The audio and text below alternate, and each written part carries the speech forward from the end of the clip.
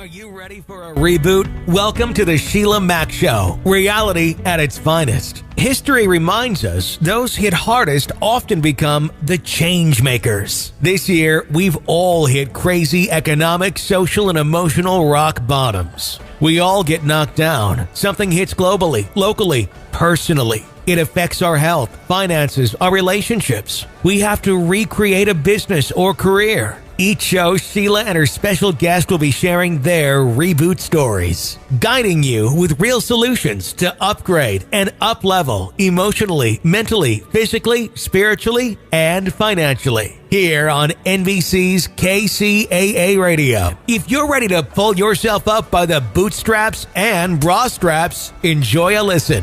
Here's Sheila. Welcome to the Sheila Mack Show, reality at its finest. Here we have real people sharing real stories and actionable steps to help you reinvent, rebuild, and reboot your business and personal life on your terms. I'm your host, Sheila Mack, and today we have special guest Vanessa Shaw. Vanessa is a highly accredited and internationally recognized business success coach. So whether you are seeking more income, making a bigger impact, or enjoying greater freedom, Vanessa and her dedicated team of professionals at the Business Growth Academy can help turn your entrepreneurial dreams into reality. All right. Welcome to the show, Vanessa. Thank you, Sheila. Excited for our conversation today. Yes, and one of the first things I like to ask guests is, this show came about after my new best-selling book, Bootstraps and Bra Straps, the formula to go from rock bottom back into action in any situation. And we have experienced more rock bottoms than any other time in history right now. So we are going through these situations. And I'd love to hear about a time maybe that you could share with the audience when you experienced a difficult situation and how you got back on track. Oh yeah, because it's great, right? We've got to paint the real picture. It's not all rainbows and unicorns or whatever else we might be talking about. So honestly, it's quite some time ago now, but it was so pivotal in turning my business around. And then honestly, what the whole premise of the Business Growth Academy is, that I'll share that story. So we're probably looking at something around 2010. I'm thinking now. I'm not very good at remembering dates. I had a big client that I'd been working with for many years, big retainer, built my business inside of their business, was kind of thinking I was flying high, right? And I put all of my eggs in one basket. And essentially the short story is, overnight, I lost that contract. The truth is, it wasn't actually overnight. That's the story version of it. The truth is, it wasn't overnight. It was actually over a period of months. And I was just scared. I didn't know what to do. I didn't think I'd be able to ever replicate that client, and kind of had a bit of a head in the sand approach of, I've still got some time on my hands, until, that contract came to an end. And it represented probably about 85% of my income at the time. So it was massive. And by the way, the deal I had was a really good deal with them as well. So this wasn't just, a couple of $1,000s a month. This was a, kind of high six-figure retainer. And all of a sudden it's gone, right? And I've been up leveling my life, making a lot of changes, had enjoyed all that extra income for probably the 4 years that I had it. And I wasn't looking at the numbers in my business. I wasn't running my business like back then as, really a kind of serious CEO and business owner. And my Swiss accountant actually called me up to tell me that I was heading for bankruptcy. And at the time, that was all in French. It was one of those scary conversations. And it started off with the, ooh la la, Madame Shaw. And I was like, oh, shoot, I know something's coming here. And I literally had close to, I think, about $2,000 left in the business, with obviously payments and, other things, commitments, that needed to be made. And I had lost all of my clients, right? The ones that I had left were so small that they really weren't going to be making the difference. And that was one of my really low moments, right? It was like, oh my gosh, the shame of that, how could I have got myself to this place? Everybody thought on the outside that I was successful, that I had my act together. So I was experiencing a lot of shame, a lot of guilt now about what I was putting my family through, and embarrassment, frankly, that I hadn't figured things out. And it's like, why didn't I know what to, why didn't I know what to do? Why wasn't I looking at my numbers? Why had I abdicated responsibility for that to somebody else? And it was honestly, Sheila, one of those days when I remember saying to my husband, if I don't get out of bed today, nobody will notice. That impact that I wanted to have in the world is not happening. I've lost a big client. I could kind of just, go back to being who I was before, which, by the way, was a stay-at-home mom previous to that. And kind of nobody would notice. And it was a very humbling moment of, wow, I'd said I wanted to make an impact. I was coaching other people to be impactful. Here I was in a mess. Long story short, though, instead of kind of going under, I had that moment of throwing in the towel, right? I indulged in that and I was like, no, I am here for a bigger impact. There's got to be some good that comes out of this and some learning. And I set about that year, the year I was going bankrupt, I actually replaced that income in the same year, completely replicated it, and started to A, take my business seriously, B, look at the numbers and build a system for how do I constantly fill the pipeline, get new clients in, never be in a position again where I've got all of my eggs in one basket. Right. And fast forward, I guess, how many years are we now? About 12 years on from there. This is really one of the keys in what we're helping people in the Business Growth Academy, because I realized that, by the way, I'm not the only person that doesn't look at their numbers or understand them or know how to kind of get a consistently full pipeline of clients. And so this has become something that, through those mistakes, fortunately, many other, particularly women, have been able to benefit from that, big mistake of mine.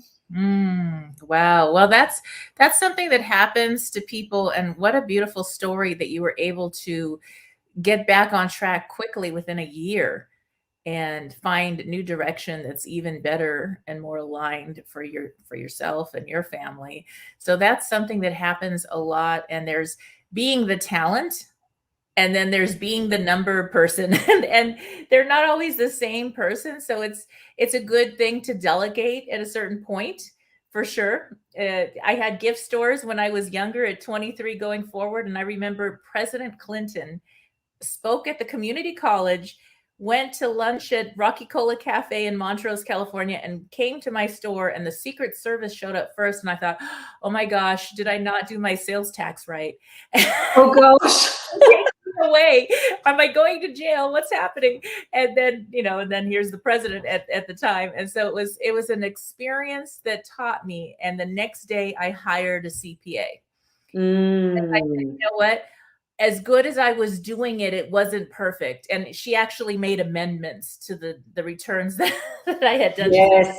We don't round numbers for the taxes. And I was like, we don't? No, why not? It's kind of easier, right? I was like, I'm doing the best I can. So that's it. So delegation, you don't have to do everything, but when you start out, you feel like you do. Yeah. And I think the key that you've just said there as well, because it's a really important distinction, delegation does not mean abdicating responsibility. I had abdicated responsibility. Right. So again, as the business owner, it's like I wasn't on top of those things. I wasn't, giving it to somebody else. But again, and that's such a key distinction. It's like, oh no, somebody else can do the work, but I am still involved, overseeing, learning what that needs to look like. And I'm the one that's responsible for growth. I'm the one that cares most about my business. So let's put me back in the driver's seat here. Yeah, and that's something I always knew. I could just put my finger in the air and be like, I know exactly the account balances, the income, the expenses. I always knew that. I just didn't know how to do all those forms and fancy things. Yes, all the other stuff. Yeah, and I was so young when I started. And honestly, I still don't like doing those things, but I like to know where I'm at. Of course. So I can make the right choices. And that's really important to oversee, because you never know who could be doing something not so right that you hired. So you do want to keep a check. Totally. Yeah. Yeah. So what advice do you have for new entrepreneurs that feel like they have to do everything because their budget is really strapped starting out? Oh gosh, that's always such a great question. And you can't give a cookie cutter answer for that, because of course there's a whole load of things where we can say it depends, right? It depends on so many things. But I think there's some good principles. At the end of the day, we do have to do a lot in the early days, right? We as you say, bootstrapping, bra strapping, whatever that title was. I'm like, oh, that's so good, because you do have to. You know, I was very fortunate, like, you know, my first website, in fact, all of my websites is what my husband's grown with me, but, you know, my husband was cobbling those together for me because he's got techie abilities, right? And so, you know, I didn't have to pay people for those things. In the early days, yes, I was doing everything myself. I was scheduling the appointments. I was getting the clients. I'm doing the work, right? You know, you were just wearing many, many hats. But for me, I think, you know, a couple of things was, as quickly as is humanly possible, we need to get some help. Mm-hmm. And for me, there's just some things that, in fact, there are two recommendations I often make is, A, don't do your own bookkeeping. And, you know, because to your point, you could even think you're good at those things, but it's not the highest use of your time. And somebody else that's really got the skill set will be able to set it up a lot better than you.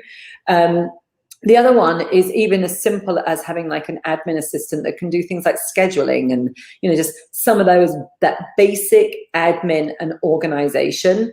I got myself a VA for, I think it was 10 hours. Actually, it might even have been 5 hours a week, actually, when I think about it. And we're talking a long time ago now. Mm-hmm. But just that 5 hours a week was enough to get some of that draining stuff off my plate. Because it wasn't that it was just 5 hours. It was the stress, it was the procrastination, it was the fact that these things were so draining, right? And taking my eye off of other things that I could be doing to grow. My advice as well is always don't hire for where you are now, mm-hmm. hire for where you're headed. Right. And I see that's a massive mistake, because people say, but I can't hire now. Well, yes, because, you know, you're looking at the current circumstances. And if we always think from that place, that we'll never make investments in the business.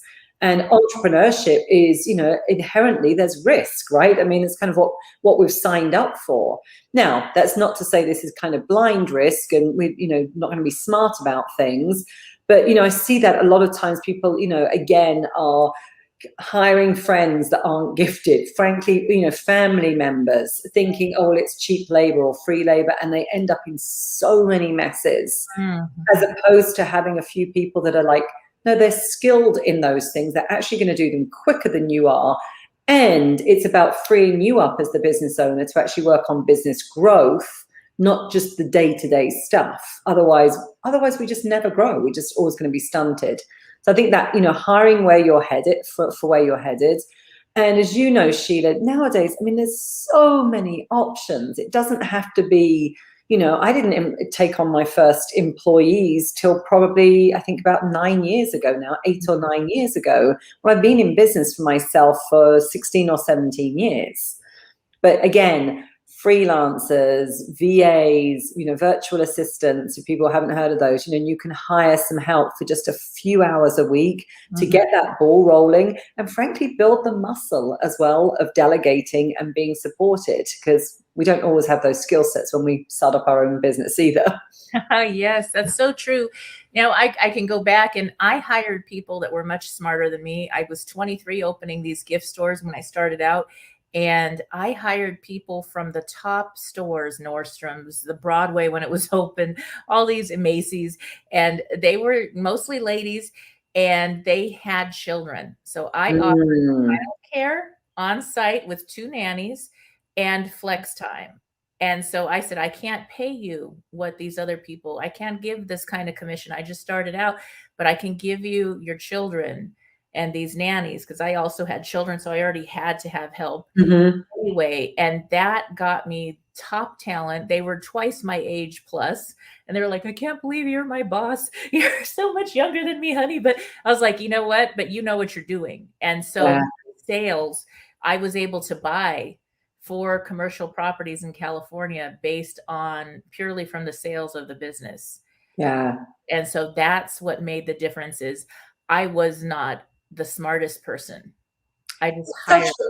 I mean, that is such great advice. And I love what you said there, because as you say, if you are all, and it's a massive trap, right? Because if you're always the smartest person, then you are always training other people, which Mhm. again is draining, right? And there's only so far that we can actually go with that. We want to train people on our way of doing it and our vision and mission and values and everything. But as you say, if we've got to skill up everybody, it's going to be exhausting.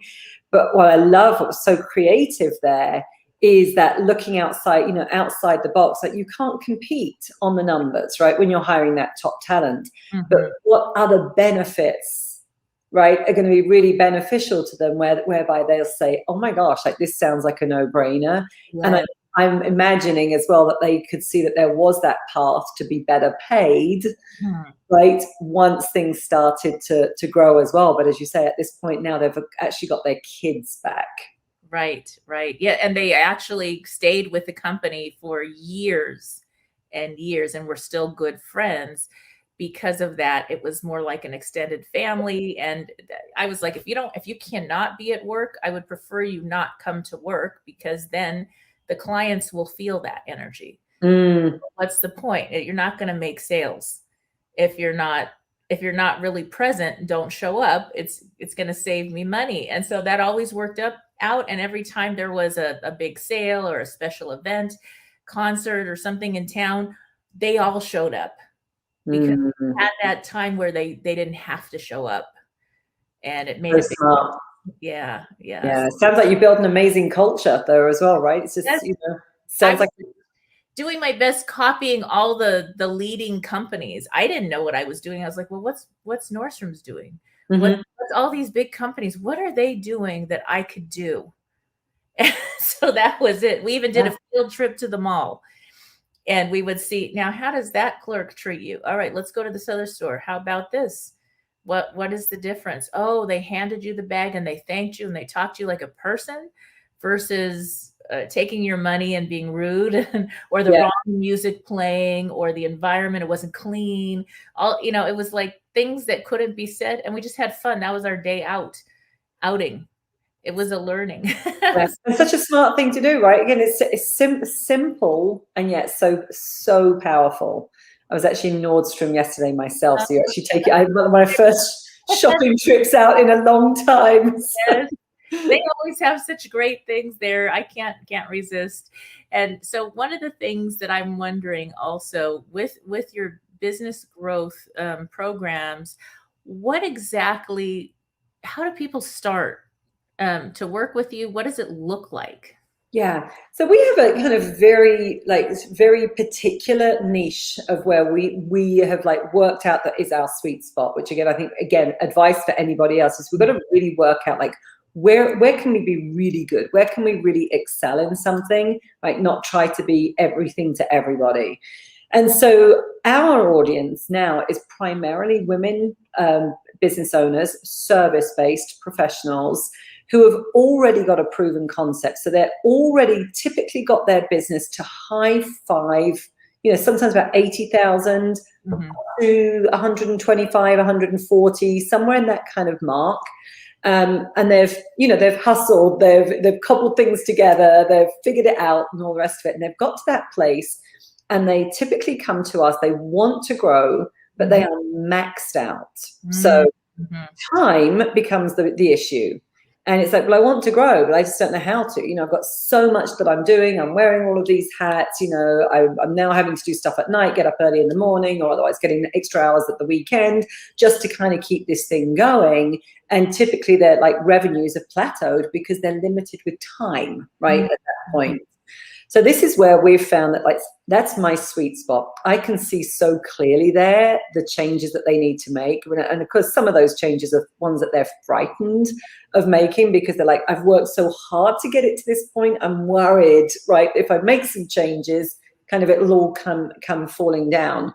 And so a lot of what we end up helping them with there, and this is kind of really, really key to scaling the business, is many times they've got way too many things that they're trying to sell. So a lot of my business owners are not the Nordstroms, and nor should they be, because they're way too small and it's service-based. But they really should have 1 to 2, lines of service that's really core. So they use the term even before talent and expertise, and that they actually start to scale up around that, so that they can look at, they could deliver it, say, in a 1-to-1, kind of high-end relationship, or otherwise they could be in a position whereby they could start to do something in group and or bring in some other professionals that could start to deliver. So we start to really streamline, let's look at what that core offer is of what you most want to be known for, and start to look at scaling up there. Now, the next thing is, it's not just the offer, it's, because I always say, if you weren't going to be paid, if you were going to be paid on results only and performance only, what can you really stand by and make a really bold promise around? That question tends to just get us out of all the noise. Will I do this, this, this, and this? But it's no, you're only going to be paid on outcomes. Now what is it? So we start to get really focused on that. But once they land there, then I've got to go to, given those outcomes, there are perfect prospects that they must have certain criteria in order for them to get those outcomes. Just because you can deliver that, again, we've got to look at that match. And so again, that really helps them think about really dialing in their ideal clients. We sometimes call them champagne clients in my world. Kind of champagne, wine, and beer is how we divide them up. It typically doesn't require too much of an explanation. And they'll often say, oh my gosh, the idea of champagne clients that really respect my work, that are looking at me as a trusted partner, a trusted advisor, not nickel and diming on me on my fees. Oh my gosh, that would be a dream. Right. Oftentimes, though, they've only got a couple of them in their business right now, and the large majority are, let's say, less than ideal clients. They've outgrown them.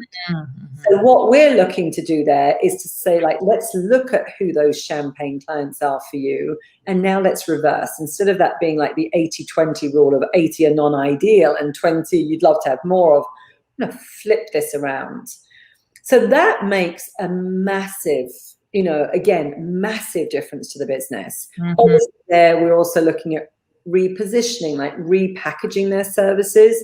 Most of I'm sure you've come across this as well, but most of our service-based professionals tend to talk about their services in terms of the time we're going to spend together, process, or we're going to have this amount of sessions, or we're going to do this, or we're going to have this amount of meetings, and we're going to go through this paperwork, or all those different things. And it's it'd be like the accountant saying to you, we're going to fill out this form and you're going to have this meeting. And it's actually what you want is you want the books balanced, you want the maximum profit, you want some great tax strategies, right? And you want to sleep well at night. And the other stuff is immaterial as to how you get there. So we're often showing them how to build their services into an offer that's compelling. So it's clear, right? It's compelling and speaks to their ideal clients.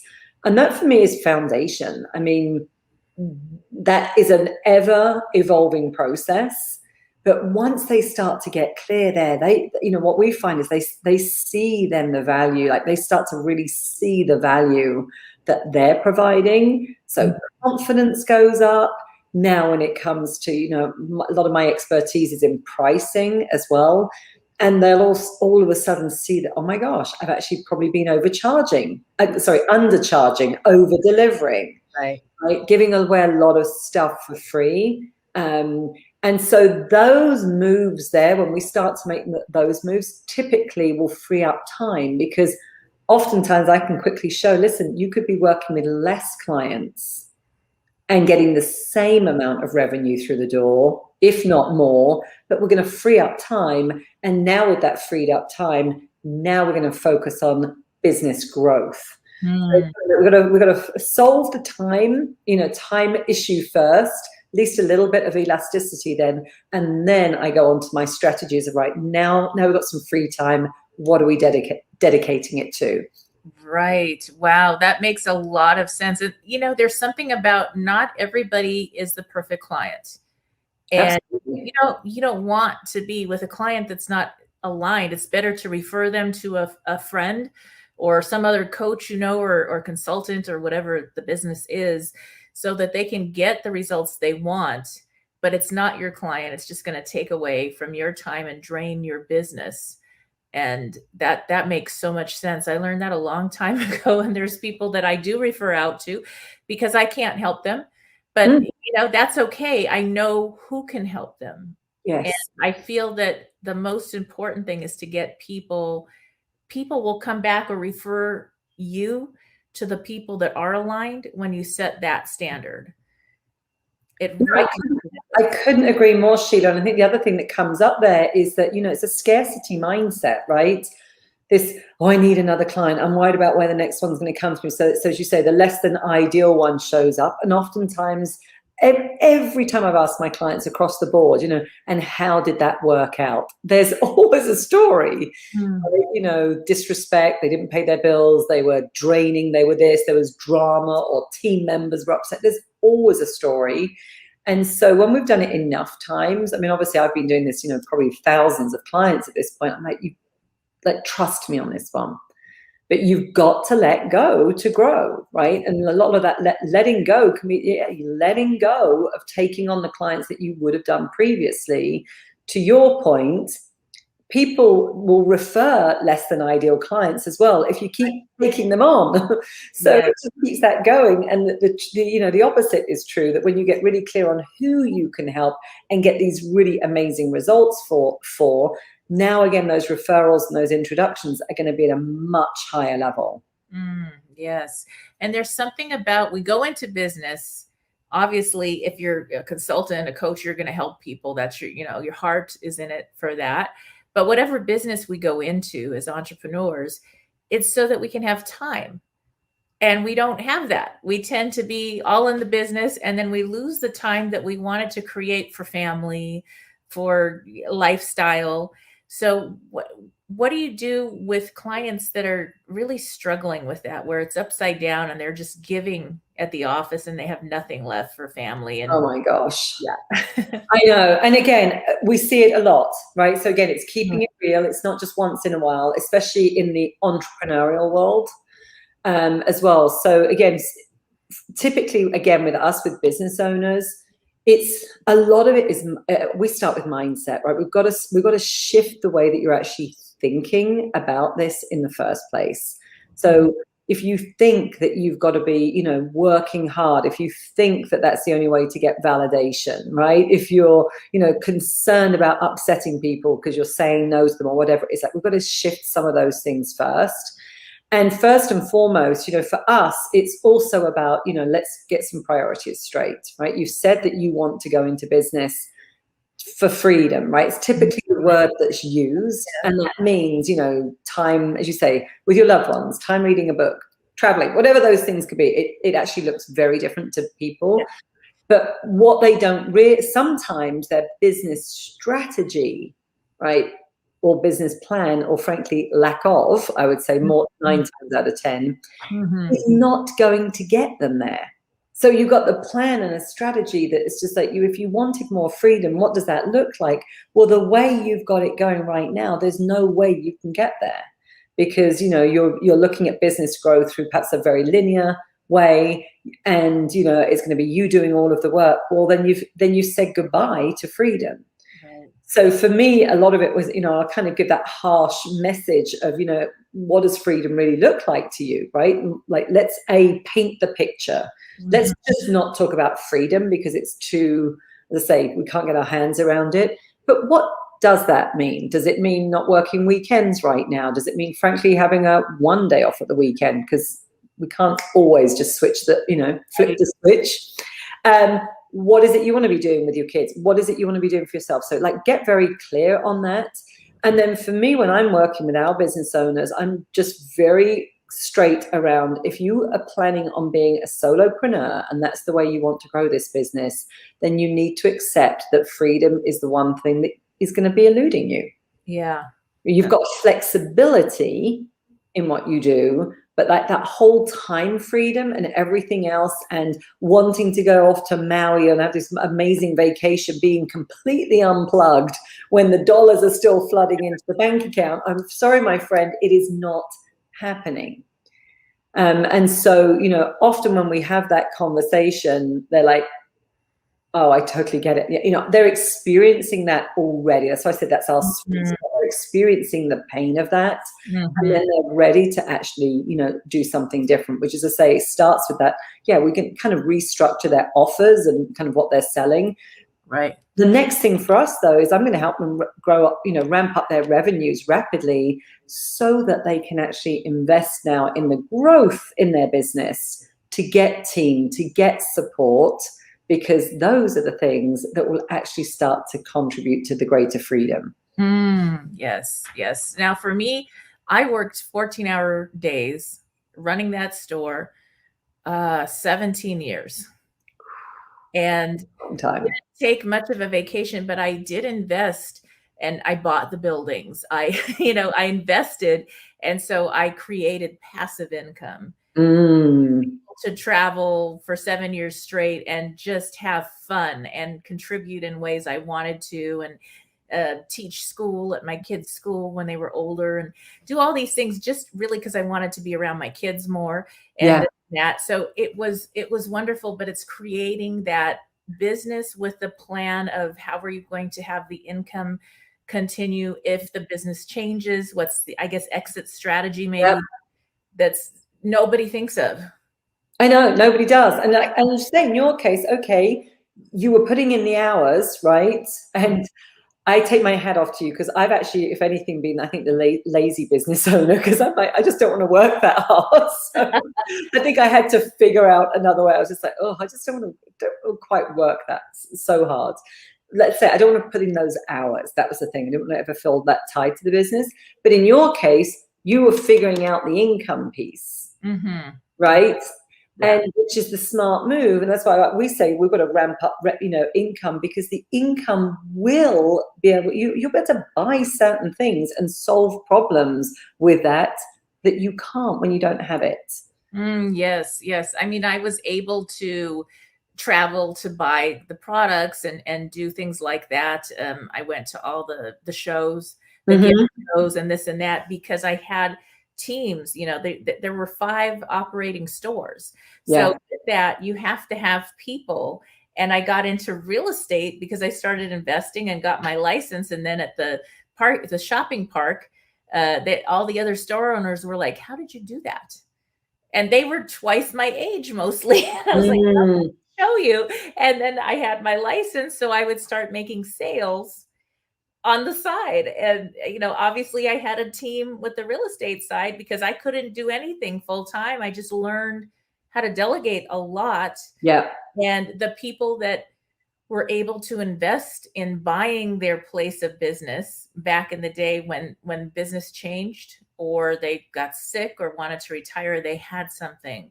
And those that continued to pay the rent and didn't invest somewhere else, maybe either, they would invest in their house. They would pull money out of their house to fund the business in the bad years. And a lot of them went out with different, 2008, whatever, and different situations. So it does make a difference in planning. And if you don't have a business plan, even to start, you don't even know where you're going. I know. And you say it's heartbreaking, right? Because this is, again, it's, people's livelihoods, right? It's their futures. I mean, it's all of these things that are at stake. And as you say, if you got to have a plan. I'm not somebody, anybody even listening to this, I'm actually not somebody that believes in detailed plans, like a roadmap. Right. Some people think of a business plan, right, and they immediately think it's like a 68-page document that they've got to kind of map out everything. Like, no, it's typically for when you need investments. It's like a different thing. But the truth is, you can do a plan on one side of paper. It doesn't have to be that complicated, but then you've got a roadmap, right?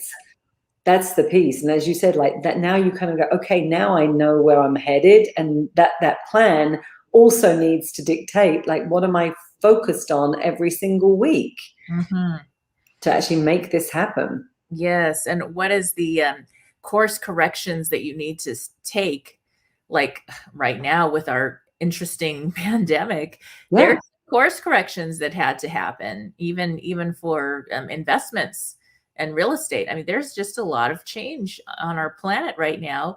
And I was going to do a speaking tour, and now I do everything online with the show and different going on other people's shows all the time. And so that's how I get my message out. And I'm teaching courses in Australia, South Africa, all over the planet that I would have never even done had it not been for this crazy pandemic. I think I love that. And I think, you know, I know a lot of my business owners as well, they learn to say, you know, obviously we actually launched, I mean, here at Sheila, we actually launched a brand new program in the pandemic. Like the day that the world went crazy in the States was the day we launched. I was like, you've got to be kidding. This is business growth program. And businesses were being shut down. So I was thinking, oh my gosh, like, is this my second near bankruptcy moment?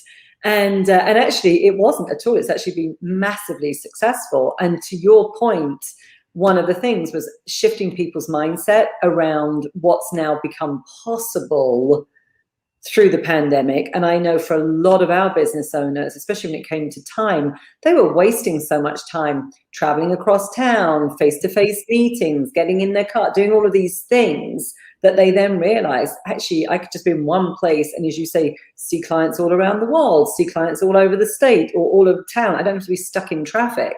Right. So even something as simple as using the technology and realizing, no, we don't actually need to like meet people face to face. You might want to once in a while. That's very different, but you actually don't need to.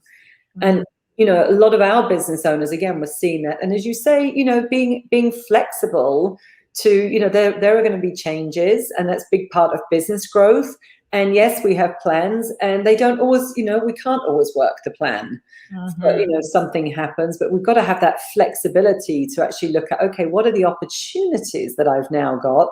And those I think we saw so much of that in the pandemic with people that, unfortunately, there were a lot of people that just got completely into fear. And a lot of scarcity and a lot of, you know, this won't work anymore and people aren't buying and I can't possibly sell and talk about what I'm doing in business in this climate. I was like, you definitely don't want to be tone deaf to what's going on. And we've got to be compassionate about, you know, there are real people suffering here, and there's still a whole lot of people that are thriving and working out how to do things differently. Right.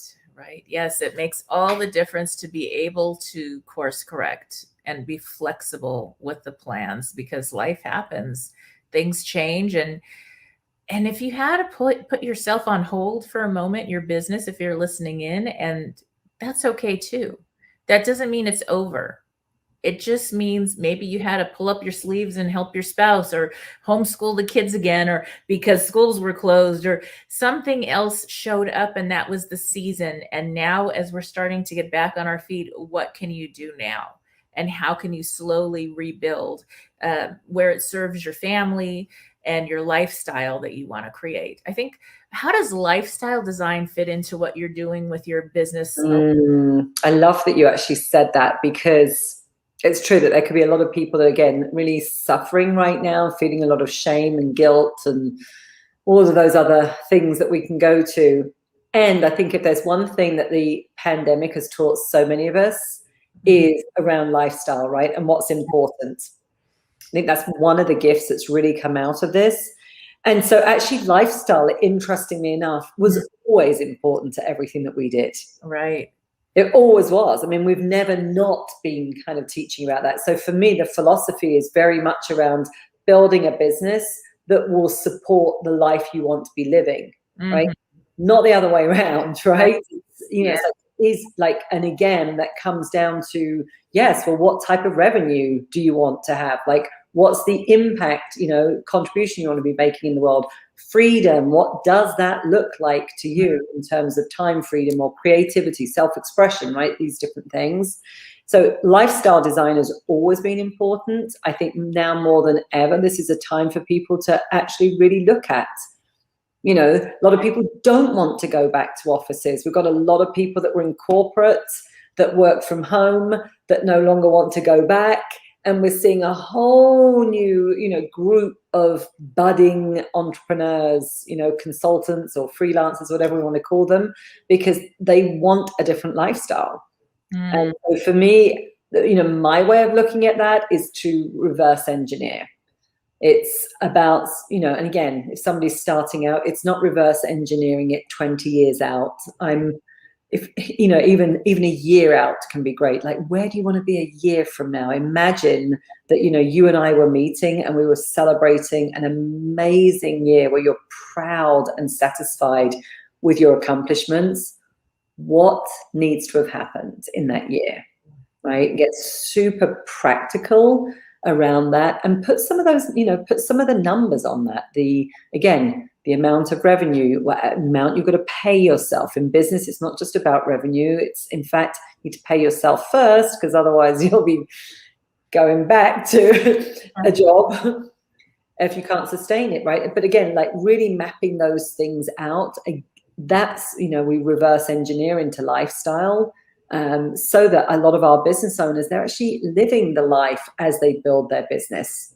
Not necessarily the ultimate, of course. I'm not living my ultimate life right now. I'm living it in a way better way than I ever imagined. And there's always more. But that's the way, again, we can start to build that muscle and actually see that business can support the life. But we've got to start it now, like not wait for 10 years. Yes, that's so good. There's something about the reality that if you're having trouble in life, maybe a relationship, a divorce, a death, something happened, it's going to affect your business, and your business affects your life. And this is the craziest thing I found, is that when I give myself time for the self-care, which sound, you think, oh, this is counterintuitive. How could this possibly be? I get more done when I go to my club that's where I moved to, has this whole lifestyle wellness, club, 10 classes a day and personal training, all these beautiful things. When I go there and do that, I actually get more done. I'm more productive at work because I gave myself that promise. I committed to doing something for me, and I actually did it. Yep. And so that's something that it doesn't make any sense. My house gets cleaned better. I mean, because we haven't had cleaning people since this crazy pandemic. It's like, I miss that.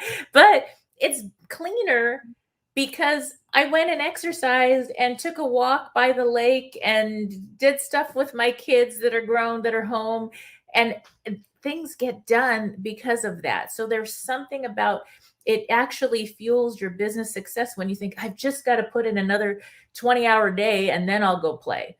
Do you know, it's that way. We discovered exactly the same thing, right? And, everyone's heard the, put the oxygen mask on yourself first, right? If you're ever, God forbid, in a plane that's going, in trouble, in order to help other people, you've got to give your oxygen to yourself first. People get that rationally, they understand that, but they say that they don't practice it. Yeah. And so to your point, with our new program actually that we launched, we had really been preaching this for years, as I say, lifestyle and everything. I was always like, don't wait. Like, we need to incorporate it now. And this is like an integrated lifestyle in business. It's like, it's business and lifestyle can all flow together. And we're not waiting for like one to be at a certain point before we start to do certain things. And so when we launched our new program, and we run it like in 100 days, it's like an accelerator. Interestingly enough, our clients they set goals in 4 areas. And the areas are body, love, leadership, and business. Nice. In that area, and we're actually saying this is about fuel and energy, just to your point, right? And the body is that fundamental source of energy. And if your health goes as a business owner, I mean, as I say, we know, and so many of us have been dealing with COVID, and I had a husband that was hospitalized with COVID as well. I mean, we know full well that these things stop. And so we were like, we're going to prioritize this as your business plan, that you would think about those goals that are for body and exercise or nutrition, whatever they want to be for you. Love was all about, let's be intentional about the people that you've said that you are doing this for, yourself, spouses and kids. But like, I want you setting goals around quality time with them and date nights and one-on-one time with kids, because again, otherwise we end up feeling so guilty, right? And then leadership is actually all about who you're being in the world, right? Really, how are you showing up and leading, whether it's, through your content, your communities, teams later on, I'm setting goals there. And we see business is actually the last goal, but those other 3 fuel, right? It's like when those 3 are aligned, now that really fuels that business growth. And that's partly to do with how we're being able to get such rapid results. We're not just focused on one of those areas. And so that people would go, oh, business was great for 3 months, but now I've got to tend to everything else. Right? That's so true. So now we are coming to the end of our talking time. So I would like for you to share how people can connect and maybe get started with your program. Oh, thank you. I can't believe it. The time always goes so quickly. Right? It's just like we could talk forever. I mean, obviously, you can find me at businessgrowthacademy.com and a website there. You can find Vanessa Shaw, online, LinkedIn, Facebook, Instagram, all of those channels. And Sheila, I've also got a free gift. So there's a book that all of my clients read, and it's written by yours truly, and it's called The $1 Million Question. Mm-hmm. And your listeners can go to themilliondollarquestion.com and download that free gift. And honestly, answering that question alone is a game changer. So all of our clients love that. It's in the book. It's short. You can read it. Time it takes you to have a latte, like 90 minutes or something like that. You can actually read that book, but lots and lots of goodies in there. Wonderful. All right. Thank you again, Vanessa, for being a guest on the show. And for those tuning in, we'll be back after these messages. All right. I wanted to take a little time to talk about the entertainment news update. What is happening in entertainment since this crazy pandemic has shown up? Well, I think things have changed a lot. From the onset of the spread of the COVID-19 until now, there's been a stark change in the way the entertainment industry operates. Film sets that were shut down within a matter of days to movies not being released or being forced to rely on streaming platforms like Netflix and Amazon Prime. More heavily than ever, the entertainment industry has changed in previously unseen ways in the face of this interesting time. So, one of the things that I do to stay connected to entertainment is I listen to some fun podcasts about entertainment and the industry. And one of my favorite newer podcasts is Rico and the Man. And that is just a fun podcast to listen to have fun with entertainment right now. And I am sending a special thank you to them, Rico and the Man, for sharing and sponsoring this show today. So take a listen to a little bit more about them. All right, if you are just tuning in, this is NBC's Sheila Mack Show right here on KCAA Radio, the station that leaves no listener behind. And I have a special thank you shout out to my friends at Rico and the Man podcast. These days, everyone and their cat has a podcast about the entertainment industry. Am I right? But few shows have as much fun doing it as Rico and the Man with Rob Traegler and Peter Martino. New Jersey meets California in this bi-coastal hilarious show where two old college buddies take shots at all things entertainment. Rico and the Man is a laugh out loud look at Hollywood's past, present, and troubling future, with special guests, trivia, listener feedback, and comedy bits. This no-holds-barred podcast is the perfect distraction from your everyday troubles. With new episodes each week, Rob and Peter invite you to laugh along as they praise, pummel, and pick apart show business. Rico and the Man with Rob Traegler and Peter Martino is available everywhere you listen to podcasts. All right, thank you again, Rico and the Man podcast, for sponsoring NBC's Sheila Mack Show. Overview of the Boots formula. In December of 2017, I lost my house, my car, and my cat due to a fire. It sounds like a country music song, but that was my reality. And yet another rock bottom situation after a long period of doing really well. When we're able to retrain our minds to focus on the positives, we're able to enjoy more of life, even while we're rebuilding and rebooting. We're going to starve those negative thoughts, not feeding them with our attention, time, or energy. When you focus on the good parts of your life, those things that you can be grateful for in this moment, that energy will bring even more good things your way. Contribute and utilize your unique talent. You're not thinking about the problem at hand. You're not showing up for approval. You're just being your best self. You use your rock bottom to set the direction for your life beyond this rock bottom situation. It's important that you are really honest about where you are in this situation. You can't lie because you don't want to give up your personal responsibility. You have to own every part of this and realize it could be worse. It could be better, but this is it. If you aren't able to be honest about where you're starting from, you won't be able to clearly see where you want to go or how to get there. The next letter of Boots will help you answer that. The second O is for order of operations. The third step of the Boots formula is finding the order of operations. When you're in a rock bottom moment, there are certain steps you know you need to take to get out of it, and you need to complete those steps in a certain order. T is for thinking. The fourth step of the Boots formula is thinking. If you recall your thinking at the most successful points in your life, it's probably vastly different from your thinking when a crisis brings you to a rock bottom situation. Often, at the toughest times, our thinking goes to survival. We lose sight of the possibilities and opportunities that are before us. This is where thinking comes into play. It's vital to have a strong mindset in order to keep our boots on and walk out of a rough spot in life. Thinking leads you to a clear vision of where you want to go on that map of your desired outcome. You've made the decision that you're going to New York. Your bags are packed. You have an idea of how you're going to get there.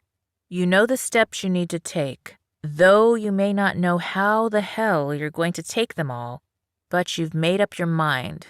That's where you're going. Tony Robbins often says, it's in the moment of decision that one's destiny is shaped. That decision is the thought that comes before the action steps required to reach your new goal. Everything happens in this step, in that decision. You can see it, feel it, embody it.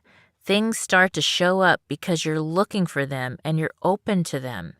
You'll start getting the results you want just because that decision is in your mind. It becomes that real to you. Once you have that clear vision in your mind, you have to see yourself as if you already are living in your desired reality. You're just doing the steps to get there. S is for stepping up. The fifth and final step of the Boots formula is a literal step, stepping up. You've gone through the first 4 steps. You've decided how you're going to show up. You have a picture of where you're going.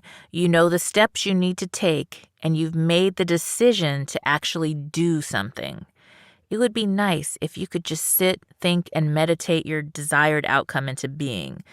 But that's not the way it works. There is some validity to the idea of manifesting what you want, but at the same time, you have to believe enough to actually go out there and take the risk. You have to overcome your fear of giving your first presentation, making your first speech, or writing your first book. You have to get out of your comfort zone, and you have to take those steps. S is for stepping up by taking the personal responsibility required for a real reboot. While the B in Boots is about being in the present with who you are in the situation, S is for taking those steps toward the future you want. Although there will be many times in life where we have little or no true personal responsibility for an event that alters our lives, it is always a gift to own your own response and reactions to situations. What can you do to shift the energy and step up to your part in the situation? In order to reboot, one must be willing to step into action. This last step ties back to the first one. It all comes back to being. How are you going to be when you're going through this? Sometimes it's ugly, dirty, not pretty, and certainly not fun. Nobody's going to help you move, so you have to pack all the boxes yourself. Procrastinating isn't going to help. You just have to take those action steps you defined in the order of operations. When you first start, it's overwhelming because you feel like you're still buried in the situation. Chaos is all around. But because you've done the first 4 steps of Boots, you have an action plan. You're not doing 1,000 steps today. You just have to take 1. You do the things that you mapped out one by one, and that helps you see, okay, I can do that. You have clarity on the action steps, so now it's time to actually get moving. Are you ready to strap on your boots and start walking? Size fits all, just like a pair of boots or a bra. So the formula is designed to help you through any situation. To grab a copy of my new best-selling book, Bootstraps and Bra Straps, the formula to go from rock bottom back into action in any situation. It is now available on Audible as well as on Amazon and Kindle and at www.sheilamac.com.